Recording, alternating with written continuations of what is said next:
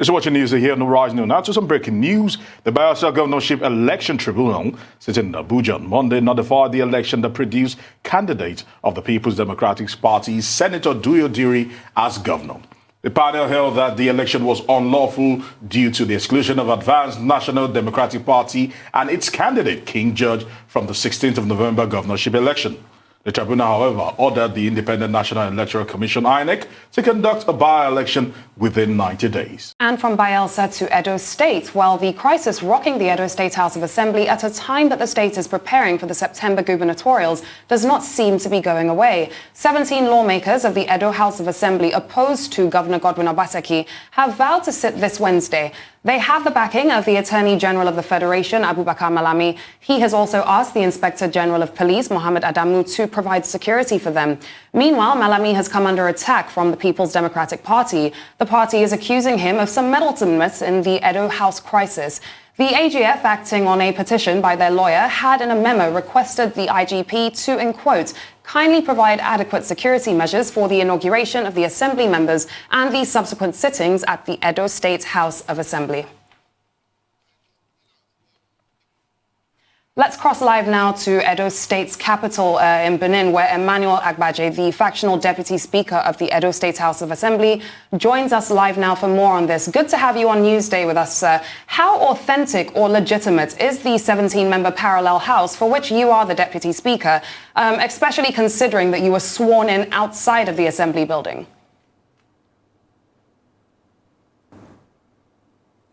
Thank you very much. First and foremost, let me correct an impression. I am not a factional deputy speaker. I am an authentic, rather, I'm the authentic deputy speaker of Edo State House of Assembly. I'm sure you know we are in a democracy. Democracy is all about the people. When it has to do with the people, we are looking at the numbers. Edo State House of Assembly has been recently reconstituted, properly reinaugurated, with a total of 17 members. And as such, that is the authentic house. And I am the authentic deputy speaker.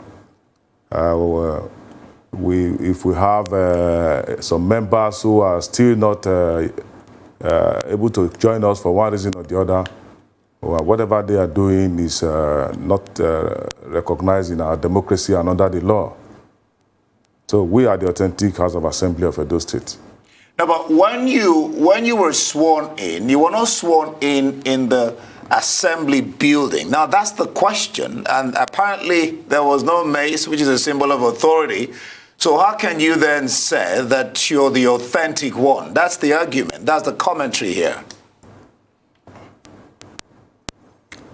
Well, when you talk about symbol of authority, you house. Play back the recording of that day. You see this, we had a mace. The mace of the house was in place, and all the processes were duly observed. So we were properly constituted. So you cannot say that we did not have the symbol of the house. The mace of the house was present. All right, Mr. Agbaje, can you do a throwback for us to what transpired rather 2 weeks ago at the complex, where there was an alleged plot to impeach the governor?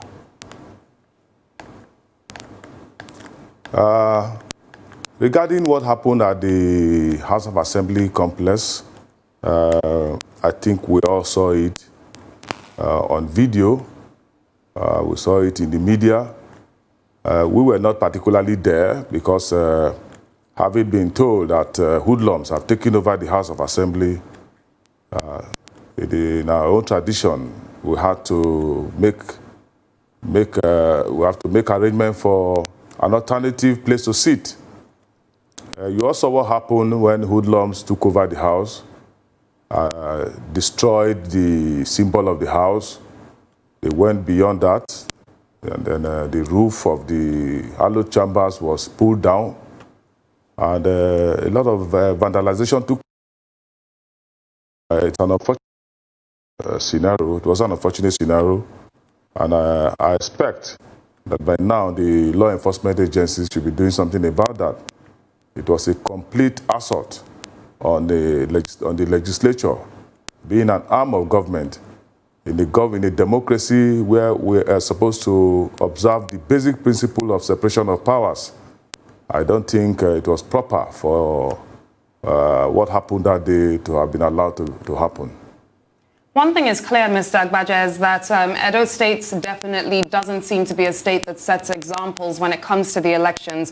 But let me ask you something with regards to this, because Asiwaju Bola Ahmed Tinubu came out to state that Governor Obaseki has made a mockery of the Constitution by blocking what he described as a timely inauguration of 2/3 of the House. But, of course, Godwin Obaseki and, of course, the PDP look at the fact that seats were declared vacant after 2/3 refused to sit for 180 days. I mean, so how timely is it in this question when it just seems as though a good portion of the House failed to meet mandatory requirements? Or would you say that that's false?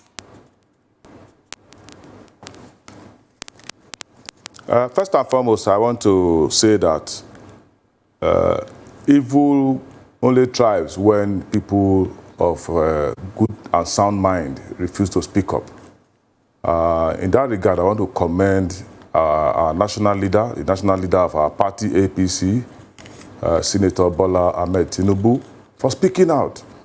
And I hope that other leaders are looking into the matter. The truth is there for everybody to see.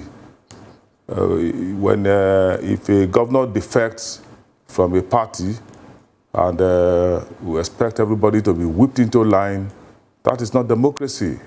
You don't coerce people against their will in a democracy. He has his reasons for defecting, and the reasons may not be applicable to everyone. And those of us who have chosen to stand by our party, we also have our reasons. I'm sure that leaders across board will rise up to condemn what is happening in Edo State. Now that we are approaching the elections, you can see, and I'm sure you are aware that there are pockets of violence already.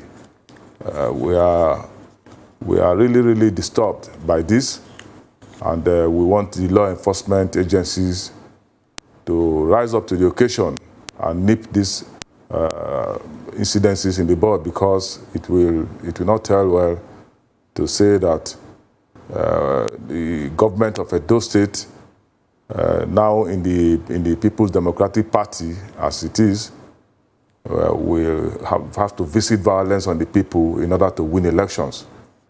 Elections are won through persuasions, campaigns, especially for to tell the people what he has done and what he wants to do more. But in the case where you don't have anything to show to the people, you resort to all kinds of twisting, attacks and coercion. It will not work. As a party, APC, we have been out there campaigning. We have sold the manifestos of the party, the programs of our candidates, and we're very, very well assured our people understand. They know where we are coming from. They know what we have gone through, what we have seen in the past 4 years, and I think the people are poised to making a change.